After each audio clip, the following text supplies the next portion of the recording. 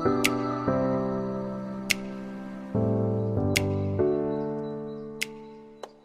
guys, how's it going? I'm back here with another video, and today I decided to make a video which I was planning to do in it has been a long time since I wanted to make this video. It's basically a really condensed tutorial where I'm going to teach everything if you're a beginner about how to create a REST API using Node.js and Express. So I have made a series in the past which I literally stopped midway through. Actually, I only posted like 2 episodes because it was when I used to not have a lot of views. So my videos, I just got really demotivated. But this time, I really want to show you guys, if you're a beginner, I want to use what I remember was the best method of learning this when I started to try to help you guys if you're currently in a situation where you don't understand how to create a REST API. And I'll explain all the different aspects of why you would want to create an API in the first place and how to actually implement it. And by the end, initially we're going to be doing everything with just JSON, so using data with JSON, but at the end I'll show you guys how to implement it with a database. The database I chose is MySQL, but you'll see while we work that it doesn't matter which database you choose, because the core aspect of your project, which is the Node and Express part, will be the same. The database is something additional. So if you want to use MongoDB, which I decided not to use in this tutorial because there's already thousands of tutorials using MongoDB for this, if you want to use it, then it's going to be literally the same thing with just some minor changes. So now let's actually get started. And before we actually do anything, you can see right here, I just opened up a folder. I called it REST API tutorial, and you have to do the same thing. Basically, this is going to be our our project folder, and I have VS Code open here. So what I want to do is I just want to drag and drop this inside of here, and now I have a project which starts in the folder called REST API tutorial. If you don't want to do that, you can literally just come over here and click on open and navigate towards the folder, and you can just start from there. But now that we're here, we can basically start creating our project. So how do we actually create a project in Node and Express? Well, to do that, you have to open up your terminal. So I opened it up here. Let me just close it like this, and let me clear this up. You can see this is the terminal. I'm just gonna write the following command, right? So basically, if you can use yarn or npm. It doesn't matter which one is on your system.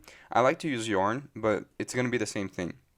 To initiate a Node and Express project, you need to first of all say yarn init or npm init if you're using it. Then a bunch of questions will start appearing. You can press enter to all of them. It doesn't really matter. And you'll see that by the end, a package.json file should appear on your project. This package.json is basically a JSON file which is going to contain a lot of information about your project. That includes the name of the project, the version, the entry point of your server, which is going to be important later, and I'm going to explain it to you guys later.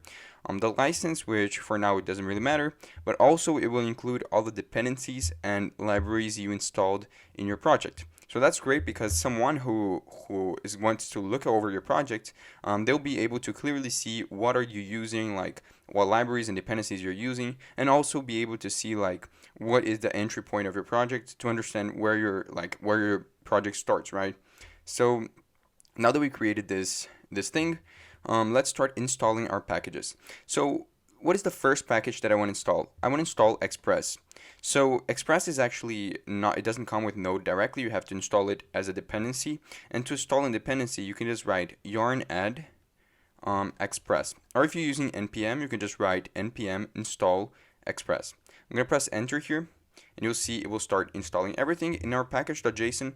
Now it says that it has a dependency with an Express is inside of it, which means it's working. And also you can see 2 more things appear here. We're not going to touch on them, but just know that they are not they normally appear.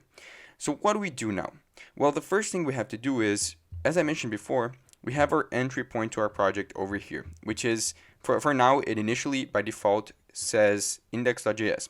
You can call this file whatever you want. Many people like to call it server.js or app.js.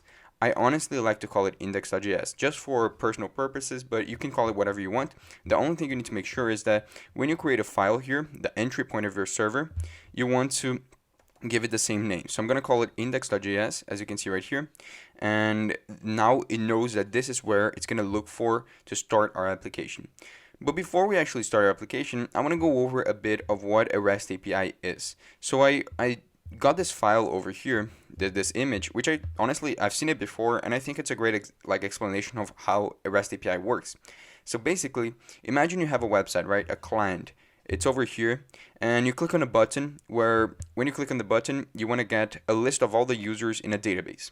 So what happens here? Well, you basically make the request. It is a GET request, so it will be one of these HTTP methods: GET, POST, PUT, and DELETE. And the difference between them is that a GET request basically is used more to get information, like get a list of users.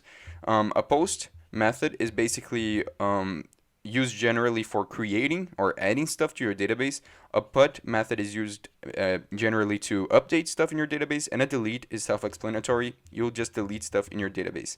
So when you make a GET request, you call a GET request, and in our server or in our API, it will make a request to our database to get the information returned to our API, which then returns to our client. So that's kind of the idea, right?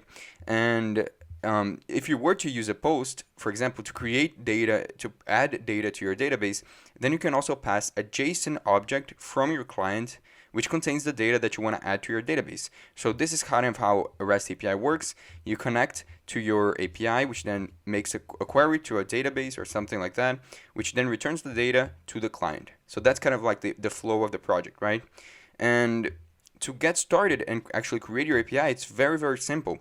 Express makes it very simple to get your API working, and I'm going to show you guys exactly what I mean by that. So to actually start, we have to import the Express library. So I'm going to say const express equals to require express, like this, and I'm going to just do it like this. And now we have an access to our Express variable. And then all we have to do is we need to create an object or an instance of our application. So usually people call this app. So we're going to create a variable called app, and it's going to be equal to express like this, and we'll just open and close parentheses. And honestly, this is like when you're starting, this is literally it, because now you have this app variable which you can use to do whatever you want. You can use it to apply middlewares, which is something we're going to talk later. You can use it to create HTTP methods like get, post, update, or put, or delete, whatever you want. And you can also use it to start your server. So to start your server, what you want to do is you want to come here to the bottom of your application. So this should be the last thing in your application, at least in the beginning. And you should just write app.listen. And inside of here, you want to put the port in which you want your server to be running on. So what do I mean by that? Well, if you're watching this video and you don't know what a port is, but basically, just know that when you want to access a server or an application that is inside of your computer, you usually have to access the local host, right? However, the port is this number over here. It is a 4-digit number, which you can put it whatever you want. But usually, what I like to do is for an API or a server, I like to call it 3001 because I like to use React, and React usually is on 3000. So if we use 3001, it makes more sense. So that's actually what I'm going to be using for our ports. So to add a port, you can just come over here and say 3001, and you can put a comma over here. And what happens is Express usually works a lot with callback functions, and in JavaScript, callback function is literally like we can put a function over here right next to this comma, which it's going to be executed after the main after this is executed. And that's a simplified explanation, but we can put a function here which basically will run whenever our server starts working. So why would we want to do that? Well, it's just for confirmation. We just want to confirm that our server is actually running. So what I like to do is I just put a anonymous function, which is very common in JavaScript, just a parentheses, an arrow, and I open and close curly braces. And inside of here, I'll just console.log a message saying something like server running on port 3001, something like that. And now what happens is if we run this application, it should create the Express variable, initiate our app, and then actually run start our server and console log this information. So let's actually check to see if that's working. To run an Express server, like initially to run your application, what you have to do is you have to come over here and you have to pass the variable node. You have to write node and the name of your file. So the file that you want to start your application is index.js. So when you say node index.js, it's going to basically just run this file. So when we press enter, you can see that it will say server running on port 3001. And you can actually check to see if that's actually working by coming to a browser, something like that, and just trying to reach localhost 3001.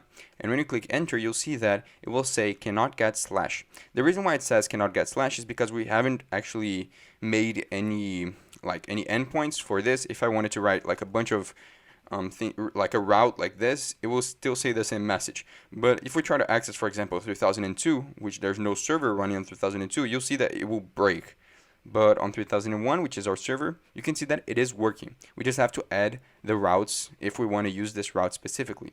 And I'm going to talk more about routes later, but for now, let's actually just start implementing a very basic HTTP methods in our API. So I mentioned before that if you want to use, like within a REST API, you have these HTTP methods, which are very common. There's actually more than just this four, but these are the ones that you're going to be using the most, and definitely if you're a beginner, just focus on them. And as I mentioned before, get is basically just getting the information. So let's start by using that, right?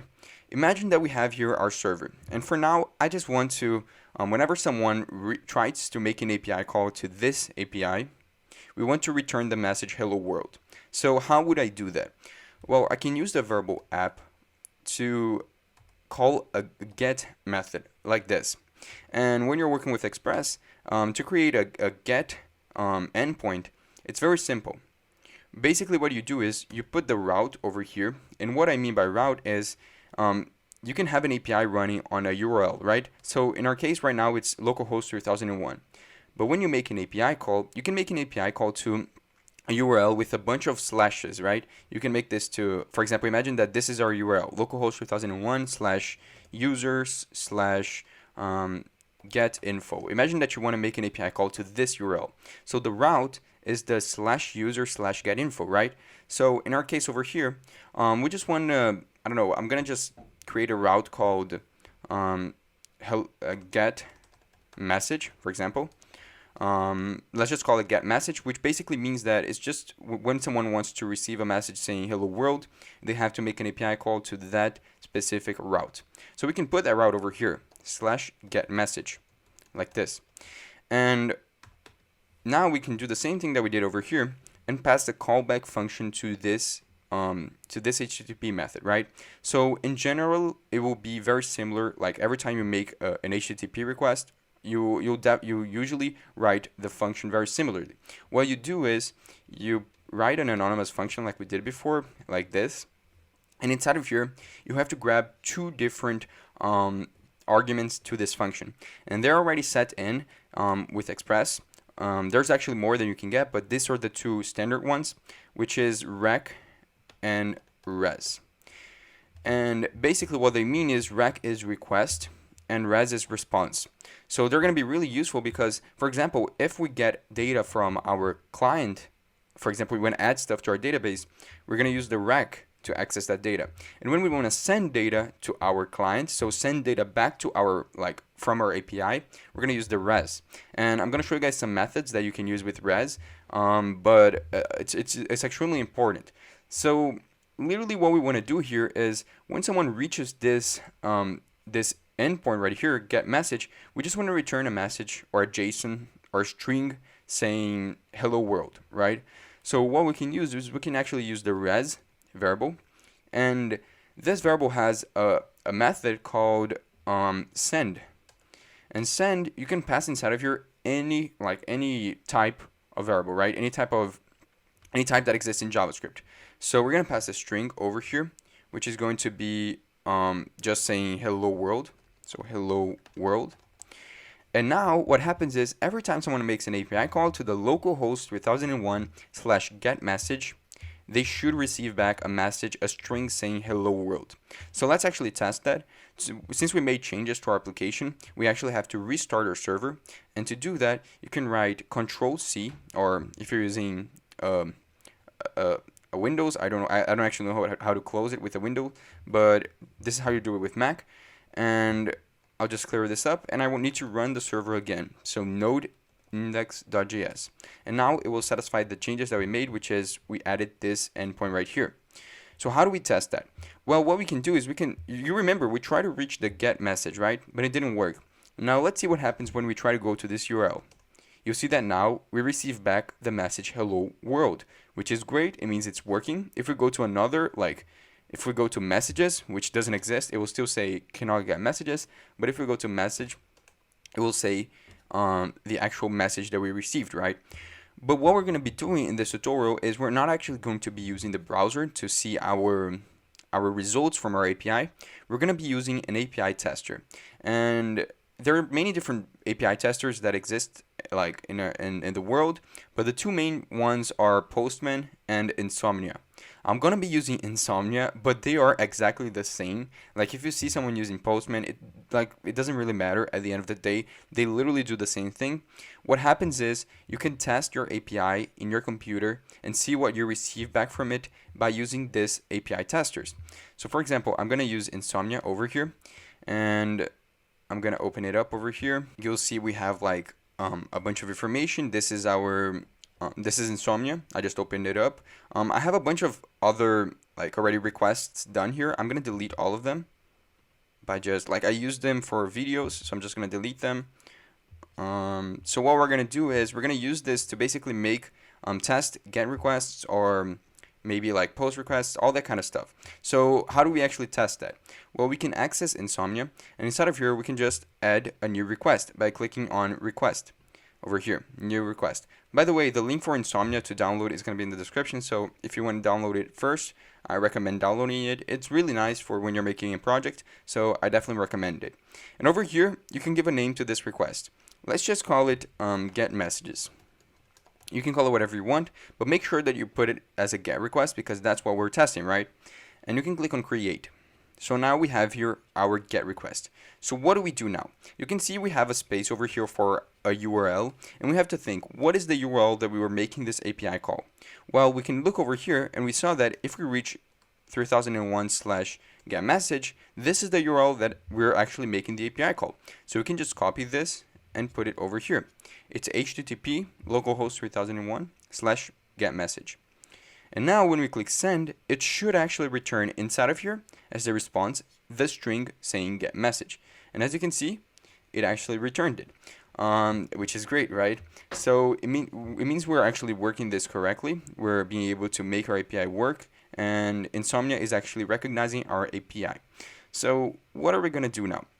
Well, I'm just going to go and create just an example so you guys understand it better. We're going to be working with some JSON data so that we're going to be able to manipulate it. We're going to be able to create new data, update data, and delete data. So for that, I don't want to waste your guys' time. So I'll just come back in a second with the data or the fake data kind of built. Okay guys, so I'm back here, and as you can see, I added some fake data.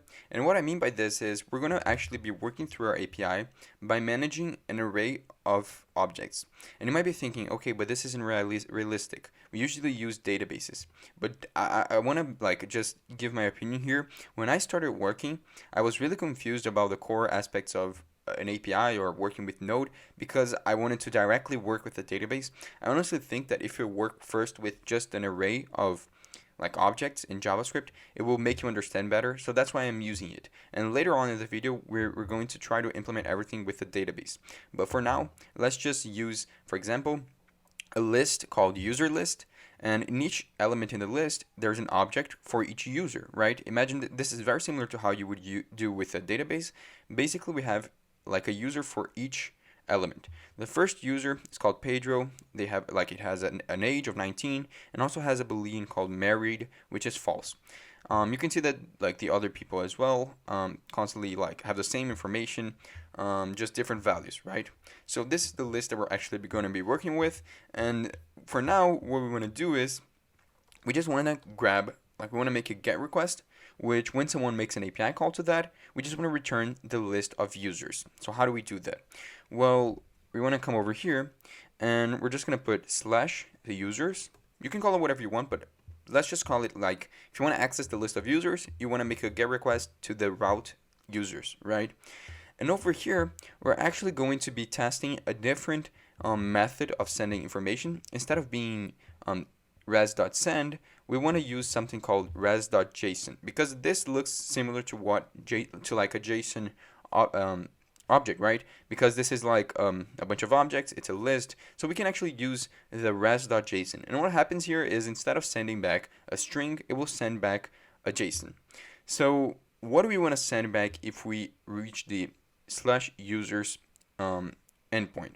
Well, we literally just want to return this list of users. So what I can do is I can just come over here and say res.json user list. And now when we basically access this endpoint, it should be working. It should display the user list. So let's test this. Let's open up our terminal. Again, let's kill our old server, and let's run again by saying node index.js. And now we'll say server running on port 3001, and we can come over here in our Insomnia, and let's try to reach the localhost 3001/users. When we click send, you'll see that it returns back an array of all the users that we have over here, which means it's working. You can see this is kind of like the format of how we're going to receive our data when we're testing our API, but it means it's working, right? So we just created our first like beautiful endpoint in Express, and it means, like, if you guys understood it so far, it's already like halfway done, because now the other and a type of HTTP methods are going to be very similar. So the first one that I actually want to get into is, how do I add stuff to this list? How do I create an endpoint which, if someone in a computer wants to, like, fills in a form, clicks submit, that information gets to our server and gets added to our user list? How do we do that? Well, first of all, as you can imagine, we can create an endpoint called app.post, because, as I mentioned before, post is used for creating users or adding elements to your database. And we're going to put the same route over here. We're going to put users. So you can have endpoints with the same route, but they have to be of different methods. So, for example, I have two with the same route, which is users, but one is a GET request and the other one is a POST request. So this should work. And now we have a POST request to /users. And over here, we do the same thing we did before. We put a res, and we put a kind of the same arrow function. And inside of here, we can write our function, which is going to be it's going to be a bit different from what we did before, but I want you guys to understand what we're going to do. First of all, what I want to do here, and I'm just going to write it as a comment so you guys can see it better. What we want to do is we want to grab the data sent by client. So like a client will submit a form and we're going to receive that data.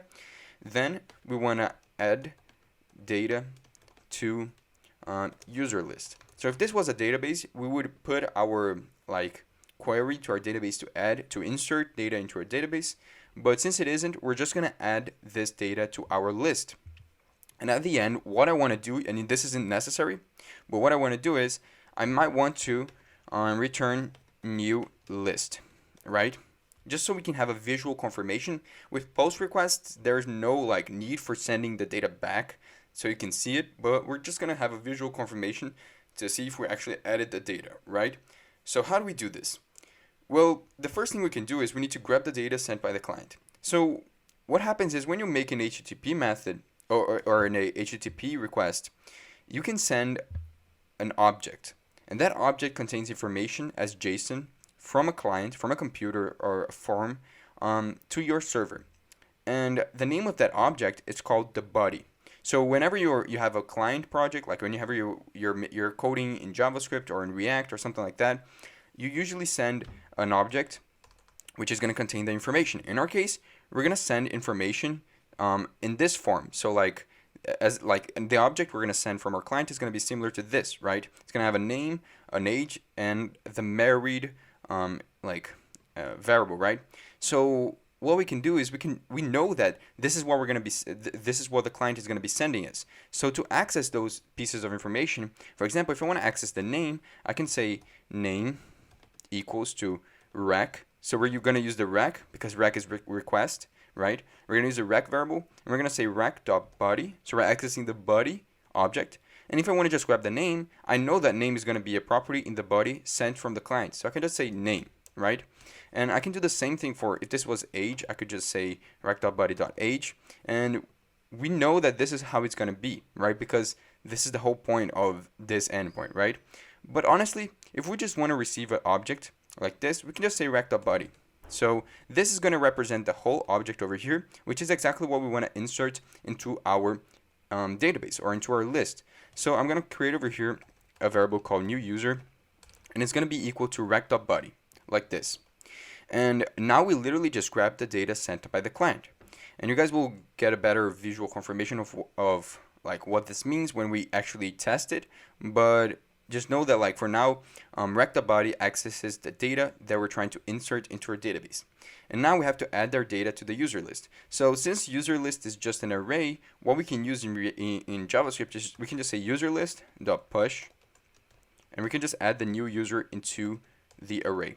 And at the end, we just want to return the new list. So we're going to do something similar to what we did before and say res.json user list.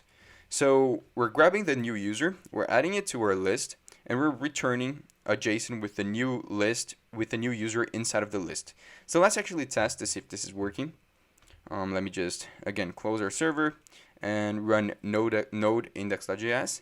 You can see there's no errors, the server is running. And now let's come over here and let's add a new request over here. It's going to be called create user.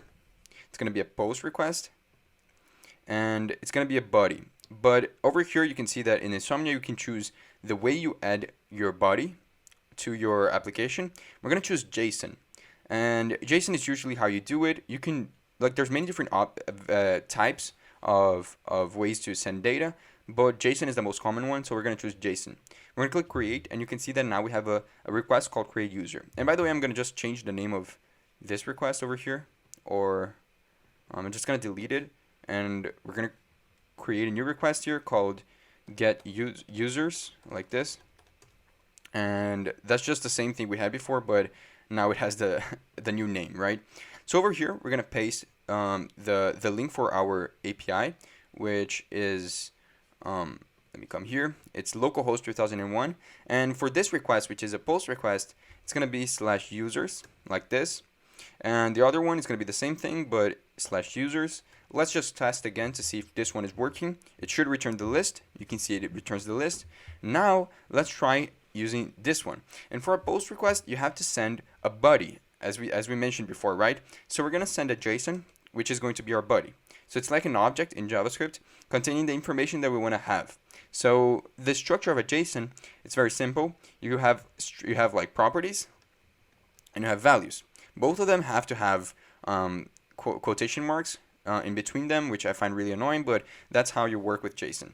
And over here on the left side is the property. So let's create a new user with a name called Michael Scott, and the age will be 28. So for example, you like the right side, the value doesn't have to have quotation marks if it isn't a string, but the key has to have quotation marks. So the age will be 28, and married will be equal to true, right? So this is the user that we're adding, and you can see that we're following the same format that we have on our list over here, which has a name, an age, and a married. So when we click send, what it should do is it should grab this information, send it as a body to our request, and then over here in our post request, when we say new user equal rect.body, the body that we, like the object that we put over here, should replace new user, and then we should add new user to our list, and we're going to return the new list with the new user inside of it. So let's test to see if this works. When I click send, you'll see that it works. It doesn't work. Apparently, it added null to our project. So I'm just going to check to see why this happened. Maybe I did something wrong, but I'll come back in a second. Okay, guys, so I know why it's giving us null, and this is a mistake that I always make. I don't know why, since I was a beginner. And this is something that I think it's actually good that I forgot again that we have to do this, because it is something that you guys have to do, or else you're going to have errors in your API. What happens is we're sending a JSON object to our API, but we're not actually parsing that JSON, right? So whenever you use JSON in your application, which you're going to be using a lot, you actually have to apply a middleware in Express, which tells the application to parse that JSON automatically. And to do this, I know it seems like complicated. It's going to be very simple. It's just going to be a one single line of code which is going to save our application. We can just say app.use express.json. This basically will parse every JSON that comes into your application, and it will make it work. Whenever you use JSON, you can actually access the body like we're doing over here. So let's actually run our application again. Let's say node index.js, and it's going to be running. So let's actually test to see if this works now. And when we click on this over here, it should actually return the list with the new user. So when I click send, you can see that now it works. We just added Michael Scott to our project. If I go to get users, you'll see that it should return the user list updated as well. So you can see now Michael Scott is here. If I want to add Michael Scott again, or if I want to add another person, for example, Dwight Schrute. I don't even know if that's how you write it, but like if I want to add this person, we can just add this person, as you can see. So we're actually making our API work. Our post request is completely working. We're grabbing the data that we're sending here in our API, and we're inserting it to our list. And then we're just returning it at the end, which makes it a lot easier for us to see that it's working. So now that we have our post done, let's actually work on with a update. Like if you want to update a property of a user, how do you do that, right? So how exactly would you do that? So let's imagine that I want to just update new values for a user.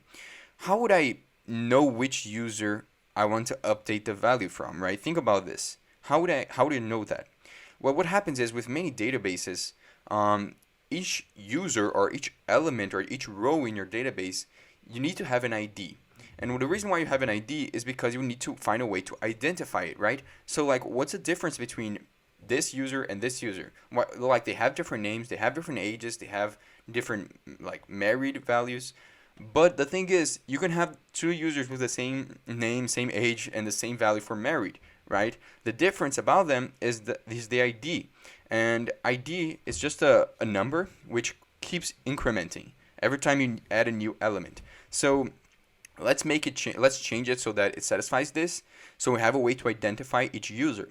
For example, we can add an ID for the first user of 1. And then the second user can have an ID of 2, like this. And then let's just add a new ID of 3. And that's basically it. As we add more users, it should add a new ID, right? But we're not currently doing that because when we add a new user, as you can see right here, when we say, like in this case specifically, when we do this, it's not going to increment ID automatically, right? And that's something that is kind of like not that good. So that's why I honestly think that it will be a lot harder for us to use IDs in the case where we don't have a database, right? So updating when you don't have a database, it's quite weird. So what I'm going to show you guys is a way to actually update like every single user to have the same name. Let's just do something dumb like that. We're going to write a function which is going to, when you make this request, it's going to update every user in our database or in our list to have the same name. So to do that, what we can do is we can come here to our application and we can just add a new request, right? And for update, you usually use put. And inside of here, we're going to use the same thing as that we did before. I'm going to use /users, and we're going to use a rec and a res, like this. And inside of here, since we want to update every user to have the same name, we know that we're going to receive a name that we want to change, right? We want to change every user to have the same name. So let's access that name, right? So we're gonna pass that name as a property in an object. So let's actually just create the request that we're gonna have over here. Update name, like this. It's gonna be a put request, as you can see right here, and it's gonna have a body that is gonna be JSON. So we're gonna create, and inside of here, we're just gonna pass a simple JSON containing a new name, right? So to do that, we can say new name. Let's create a variable called new name, and for now, let's just say that we want to update everyone's name to I don't know, JSON, like this. So we're going to update everyone's name like this. This is how our request is going to be working with. So this is our body, and this is how we're going to access the new name. So what we can do, as I mentioned before, is we can first of all grab the new name, then loop through list and update the names, and then at the end we want to return, like we did with the post, we want to return the new list. Something like this, right? So how do we do that? First of all, we need to grab the new name. So let's say const new name equals to rack.body, because we're going to send that object with a body. And since it is just an object containing one element, and we just want to grab this value over here, we can just directly say, okay, I just want to access new name, because we know that that's going to be sent in our body. So now that we have access to this, we now have our new name. So now we want to loop through our list and just update every user with the new value, right? We could use like built-in JavaScript methods like map or reduce, that kind of stuff. But I just want to make this as simple as possible. So what I'm going to do is I'm going to loop through every user like this. So for let I equals 0, I is less than user list dot length, then I plus plus. I'm just looping through every user. I just want to basically say that I want to grab the user list. I want to access the user list element at I, and I want to change its name to be equal to new name. So this logic is very simple if you've worked with JavaScript before. Literally what you're doing is you're just changing every user's name in the user list to the new name. And at the end, I just want to return, as I mentioned before, res.json. I want to return the new user list. So let's test to see if this is working. However, there's one final thing before we do this. I know it gets quite irritating to have to restart your application every time you make any changes. I hate that too, and that's why you never actually do this when you're working on a real application. Because there's a really cool library called NodeJS that a lot of people use it. I use it a lot, which basically just whenever you save your application, it restarts your server automatically. So I'm just going to show really quick how to implement, how to work with it. You just have to install the package. So I'm going to come over here and say yarn add NodeJS. This is how you write it. You can use npm install NodeJS, and it should work as well. I'm going to press enter. It's going to install the whole package, as you can see right here, and it finished installing. And now the only thing you have to do is you need to come over here in your package.json, and you have to add a scripts tag, which I know it sounds a bit weird, but you can just press enter. This is how it's going to look. It's going to be a scripts tag like this, and there's going to be an object. And over here, you can basically just give it a start script. And over here, you can pass the word node1 and the name of the file which you want to start. So index.js, like this. And now, whenever we say node1 index.js, or actually whenever we say npm start or yarn start in our terminal, it should actually run this command like over here, and it should actually start our application. So let's try this. You can see our server is now running. When we say yarn start, we receive a bunch of information which says our server is running on port 2001. Again, if you're using npm, you can write npm start.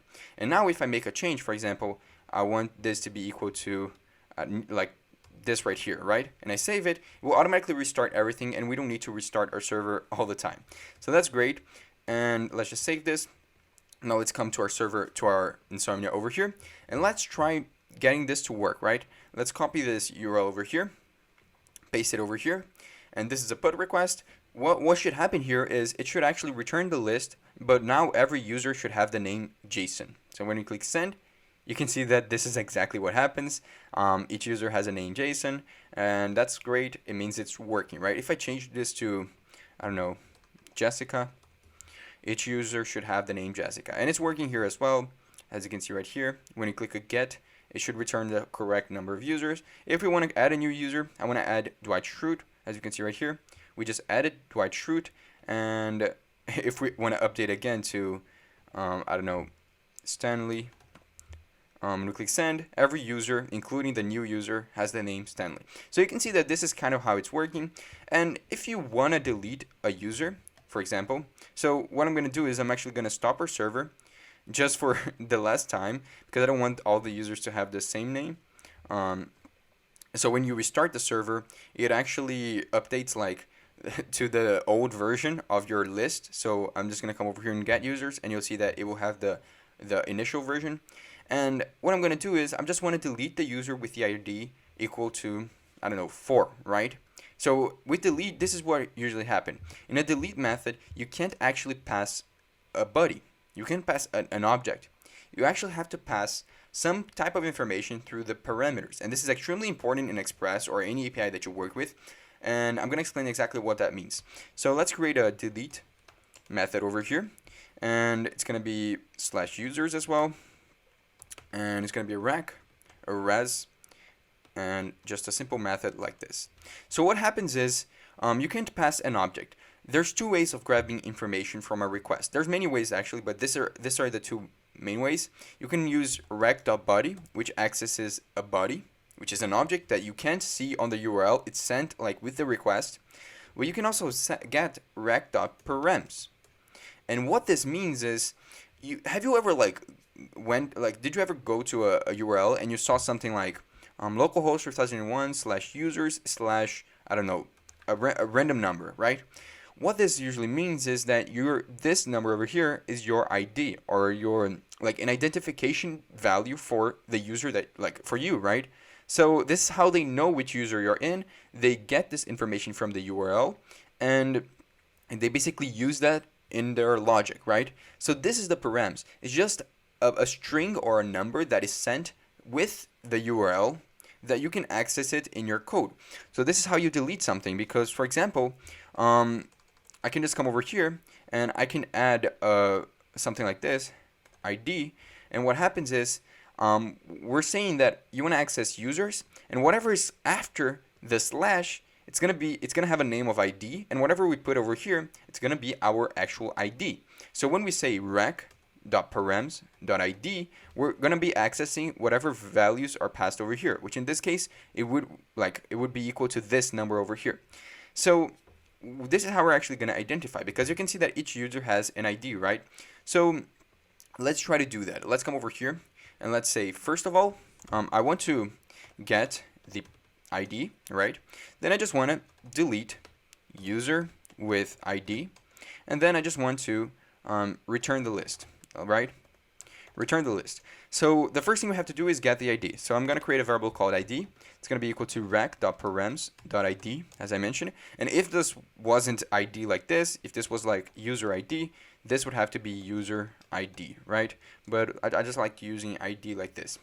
And then, okay, so to actually delete the user from our list, what we're going to be using is we're actually going to be using the splice method. This is a very simple way of actually choosing which element you want to delete from a list. You could have used the filter method, but I don't want to overcomplicate because this isn't the point of the tutorial. But we're just going to use this method to delete a user from the list. So to do that, we're actually going to loop through the whole list by using a for loop. So for let I equals 0, I is less than user list dot length, then I plus plus, and if we find a user, so an element in the user list at element I with an ID equal to the ID that we want to delete, then what we can do is you can just say user list dot splice, and the splice method, if you don't know, basically you can put here an index in the array and how many elements we want to remove according to that index. So I'm going to put 1, and that will basically remove the element at index I. So this is what it's going to be doing. And we know that I is the index that represents the element with the ID that we want to remove, because we put this inside of this if statement. And at the end, we're just returning the list, meaning that we found an element that is that we want to remove, right? So let's test that. Let's remove, I don't know. Actually, let me remove Pablo. So I'm going to put ID of 2, and I'm going to click on send. And as you can see, the element at 2 has been removed. If I want to remove the element with 3, it's going to delete like this. If I want to delete an element with an ID that doesn't exist, then it's not going to delete anything. So that means it's working, and it's great, right? Because we actually made our application. We have the 4 main HTTP methods, and this is basically how you work with it. However, I just want to go over really quick before we actually start using a database on some kind of best practices that I think are important to understand in the beginning.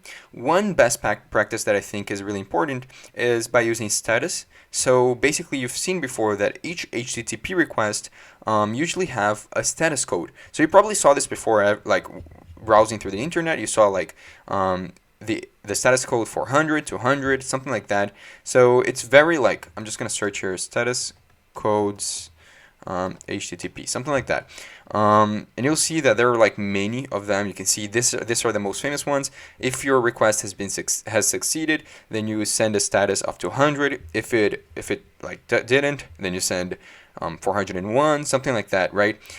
If the user isn't authenticated, usually you send something like this, like 401 or 403. That kind of stuff. There's many different methods or codes that you can use. So I'm just going to show you guys how to actually make those codes appear, because you can see right here that we're making this request and it automatically assumes it's 200, but we can honestly just change that. We can put whatever we want. So for example, on the get, I want to come over here, and before the JSON, on the res, when you say res, you can actually say res.status like this, and then do the .json, and over here you can pass the status code that you want to use, right? So if I want to use 400, despite obviously not, this isn't a good idea because 400 means that it didn't work, then it's still gonna show 400 because we told it to show, right? It actually worked, but it's saying bad request because we set it to have 400. If we use 401, you'll see it will show unauthorized. So that's how you actually add the status. But usually for success, you use 200, right? So one thing that I want to do also is I want to show you guys how to catch some errors, right? Because for example, imagine if you have an error, you try to, I don't know, like delete a user, but the ID isn't in your database. So that's something that you need to catch, right? You need to see, like, that's something that you need to handle somewhere. So that's actually going to be done very nicely when you're using your database. There's many ways of doing this because it's going to return an error when you make those requests. But for example, in this case over here, we can very easily simulate an error by, for example, we're going to create here a variable called found ID. It's going to be a boolean. It starts as false. But if we find an ID, if the ID is actually in our list, then we want to set found ID equal to true. So now we can just say that we know if the found ID, if the ID exists in our list or not. So for example, over here we can basically just check, right? We can say if found ID is like if it's still equal to false, meaning that we didn't find any ID in our user list which is equal to the ID that we want to remove, then we actually want to return an error. So we want to say res.status, something like, let's look at the status codes. So what would this be, for example? It would be not found, right? User not found. So 404. Actually, it wouldn't be 404. Yeah, let's just put 404. So the status would be 404, and the JSON wouldn't be the user list. We could put over here an object saying something like error, and a message saying something user ID not found. This is totally like impossible, and this is actually how you handle errors when you're working with Express. You just check for it to happen, and if it happens, you just send something like this. And if this isn't the case, so else, we want to just send the user list. Let's put the user list over here, and let's check to see if this works. Let's come over here. You can see that if I get this, I'm going to try to get the request. We have the 3 users. If I want to remove user 98, this user doesn't exist, right? So it should actually return the error, and this should be 404. So let's see. You can see that it said 404 user not found, and the error message appears over here. But if we try to remove user number 3, which is Jennifer, you'll see it correctly removed it, meaning our API is working. So that's basically it for this part of the tutorial. Now I'm going to go over and show you guys how to implement very quickly a database like MySQL into your project. So as I mentioned before, there's no difference, like no major difference in your API depending on if you're using MySQL or MongoDB or anything like that. The actual difference will only appear, for example, because we won't have this fake data over here, first of all. And then the only difference is that inside of this HTTP methods, we're going to be using the methods and functions that exist in the library for our like database. But like you will always have the same endpoints, the same app.get, app.post, app.put, that kind of stuff. You're still going to have those. The only difference is exactly what I mentioned before. We're gonna have different. We're gonna have a database, right? Inside of them, we're gonna be using different stuff. So that's basically it. And also, if you're leaving the video because you don't want to learn about MySQL, I'm gonna be making a sequel to this video where I'm gonna be talking about some intermediate stuff in Node.js and Express. I feel like those are intermediate because the beginner stage is actually hard, and then when you start getting it, starts getting a lot easier. So I'm going to be talking a lot about routes. I'm going to be talking about middlewares. I'm going to be talking about actually handling errors like in a better way. I'm going to be talking about validations, that kind of stuff. So if you're interested in that, stick around because I'm going to post the next sequel to this video later. So let's actually get started, and I'm going to show you guys how to implement MySQL in this code. Okay guys, so we're going to now start working with a database, and we're going to be using MySQL for this project.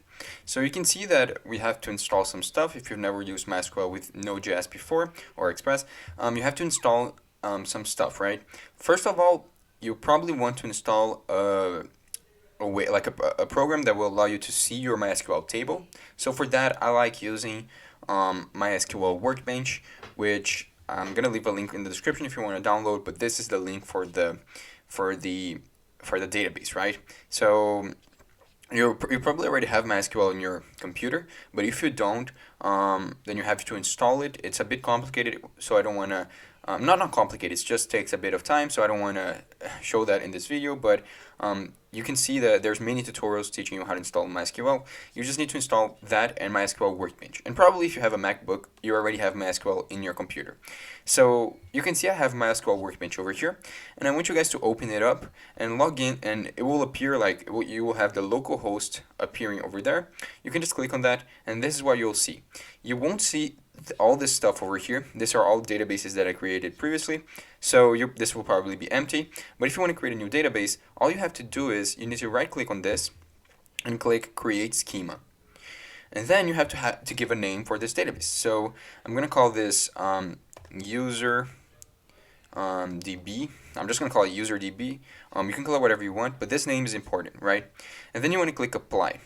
So we're going to click apply, and it generates the SQL statement automatically here. So I'm going to click apply, and you can see we created a user DB database down here on the left. And you can see that when we click on it, it opens up a bunch of tabs, and we can create a table inside of it. So we're going to create a table called users, because we're going to like show the same example we had before, but with MySQL. So to create a table, you just click here, create table, and you say users. And then you can add all the properties that a user might have. For example, as I mentioned before, you might want to have an ID. And you can click on all, these are all properties that each column might have, for example. And for example, one property that you might want to add is auto increment. This thing over here, AI, means auto increment, which basically means like every element you add into the database will increase its ID, so that we don't have to do that manually, right? And then we also need a name, as we did before, which we can give it a text. We can call it a text, and we can pass it at 255 characters. So basically the data type, you can search on all the SQL data types, but text just means that this column over here will take a string, and the maximum length of it is 255. This is what it means. And we can pass NN, which means not null, meaning that we have to pass a name. If we don't, this won't work. And then we also want to add an age, and an age is an integer, so let's just leave it as an integer, and again, it shouldn't be null. And then we want to pass married, and married should be a boolean, and again, boolean like this. Again, it should, why isn't it allowing me to use a boolean? Let me see. Yeah, it should be a boolean. Okay, it's not allowing me to do that, so I don't know why, but let's actually not have married right now. I'm gonna just delete it. So I'm not gonna have married. You're just gonna have the age, the name, and the ID, right? Those are the only things we want, and that's actually that's fine, right? So to create our table, we can just click apply over here, and you'll see that it will generate the SQL statement to create a table for automatically, and we can click apply, and it will automatically create the table. You can see now we have a table inside of our tables called user. And to see the table, actually the data inside of the table, we can just click select rows, and it will show like the whole table over here. and you can see we have an ID, a name, and an age. So you might be wondering, okay, how do we add users to this table, right? How do we do that? So to do that, we can need to come here to our code, and we actually have to download a package, a dependency in our project called MySQL. So I'm gonna close this over here. I'm gonna clear this, and I'm just gonna add a package called MySQL. You can also add this by writing npm install MySQL, as I mentioned, and you just press enter, and it will install the MySQL package. Now let's run our server again, so that we just have that with us. And you can see that the package has been installed because here on package.json, MySQL is over here. So to work with MySQL in Express, it's very simple. What you do is, you just come over here at the top, and you import, you can do it like over here. You import a variable called MySQL, which is going to be equal to require MySQL. So this is how you import this package. And then you have to establish a connection to your MySQL database that you're currently running in your server. So normally, if you're a beginner, this is how it's going to work. You're going to come over here, and you're going to say create a variable called db, which stands for database. And you're going to set it equal to mysql.createConnection. And instead of this create connection, you can pass an object. And this object will contain the login information, or like the connection information to your database. And that is very like similar for everyone. You need to pass 4 pieces of information. One is the user, so you have to pass a user. The other one is the host. We have to pass a host. Oh, I have to put a comma over here. So host. Then we also need to pass a password, and we have to pass a database. So let's think about this. The database, we know what the database is, right? The database we created over here, it's called UserDB. So it has to be exactly like the name of the database you created. So UserDB, like this. The user, if you're using the local host, this has been by default set to root, like this. So that's fine. You can just put root, and that's probably what it is. And again, we're running our database in our computer, so in our local host, so the host will be localhost. And that's the same for everyone. Now the password, in my case, I already changed my password to literally the word password, but usually if this is your first time doing it, by default it will just be an empty string like this, nothing inside of the quotes. But mine is just password, so that's fine. So I'm gonna save this, and this should establish a connection to our database. So now we have this variable called db, which can be used to make queries to our database. So right now, let's just test something. Let's come here to our get, and let's write some logic that is going to return and select all the elements in our database, in our table, and return that to us. So how exactly do we do that? Well, with MySQL, what you can do is you can access the db variable, and you can write db.query, and inside of here, you can pass a query. You can pass actually 2 pieces of information, 2 arguments. First is a query, which if you've worked with SQL before, you know that you can do that inside of a string. And the other one is a callback function, just like we did over here. It's going to be a callback function, and this callback function can take usually 2 things. One is the results, and the other one is an error, right? So those are the 2 things that you might want to have in your data, right? And over here we can pass first of all the error. So we're gonna grab the argument, the error argument. If there's any errors in our query, it's gonna be represented by this variable, and also the result. And result just represents the result of our query. It's pretty self-explanatory. So this is kind of like the format of how you make a query in MySQL, in Express, or NodeJS, right? So with this, we have to first of all pass the query inside of here that we want to execute. And in SQL, if you want to grab all users from your database, we saw it over here that you just write select all from and the name of the table. We don't actually need to use userdb.users. We can just say select all, which is this asterisk means all, from users.